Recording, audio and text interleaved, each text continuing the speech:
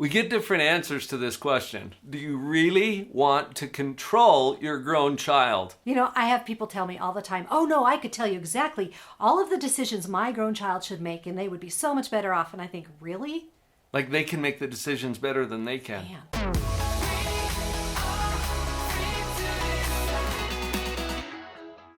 You don't stop being a parent. No. Once your kids are grown, and even when your kids become parents, there's other issues that come in right then. But control is probably not the best option. Well, and I don't even pretend to know the best thing for them at this point, and so I can't control it. We really don't want to control our grown children. There's 3 reasons why that's true, and then let's get to some solutions at the end as well. Yeah. Probably the first one I think about is it's not even that I don't want to control my grown child. I really can't. And it's not an issue of whether you should or you shouldn't. Right. They're an adult now. They have their own preferences and their own journey to go on, and you really can't write it for them. I had a mom in my office where we were having this discussion, and she's obviously very concerned about her now grown son who is taking some paths in life that she's not quite supportive of. And as we were having the conversation, she finally came to this. She said, so am I just supposed to let him fail?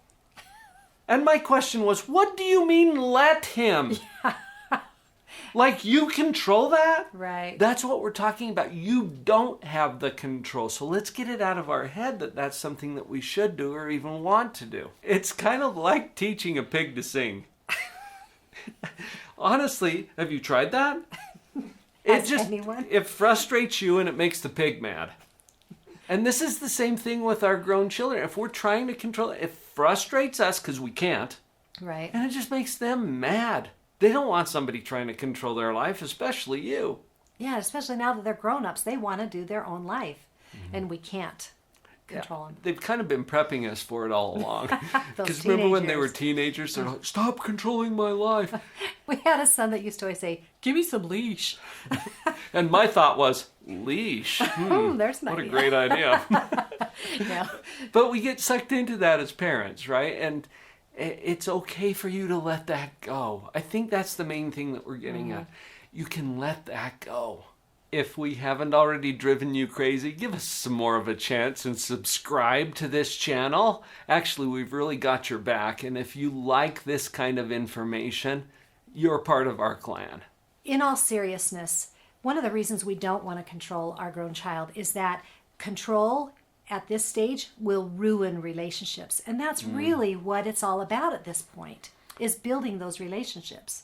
We get into control battles sometimes as parents, and sometimes we'll blame our kids for that too. It's kind of like a tug of war. You know that old game where you get the 2 sides lined up and they're both pulling on the rope, and if one side puts the rope down, there's no more battle.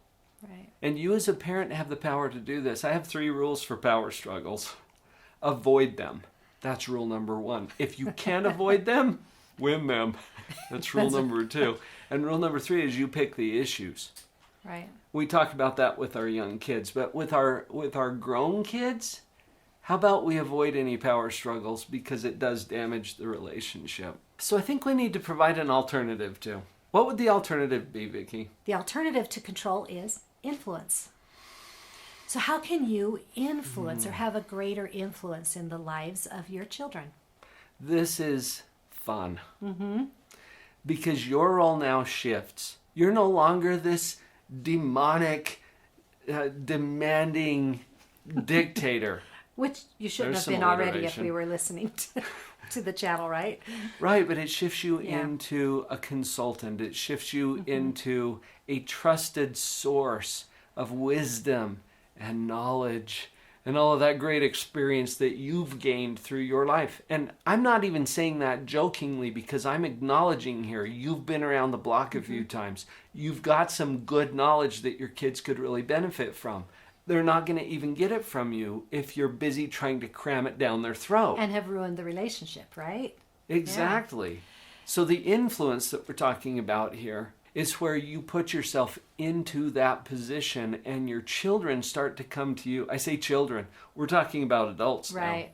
They come to you because they can trust you to be that source of knowledge and And insight. remember that to come at a place of influence, it generally comes from someone, if you think of the great influencers in your life, there are people who really had your best interest at heart, what you wanted in life, and they could see where you were and helped you to feel good where you were and where you were going. And so in order to be a good influencer, we need to be willing to step back and say, my child is on the perfect journey for their life, and I am here to just help illuminate that for them. And to be an observer and a trusted consultant. Right. See, these are the roles that we're going for now.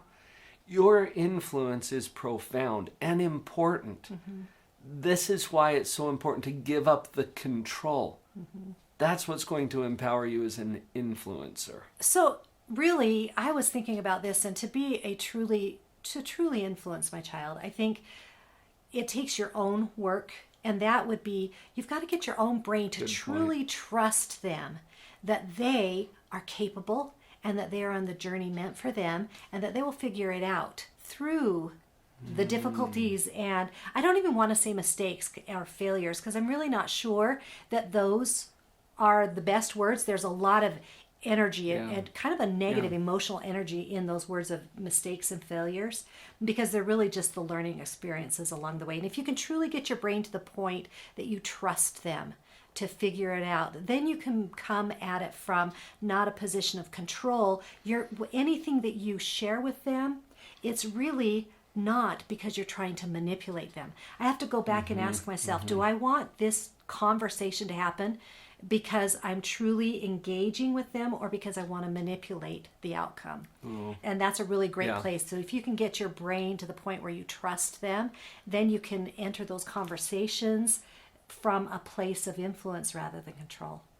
As we've been talking about our grown children, this is a whole new phase of parenting. We've got other videos to help with that. In fact, the next one you'll want to see, 3 big skills that every parent of a young adult needs to have. Cue that one up next. We'll see you there.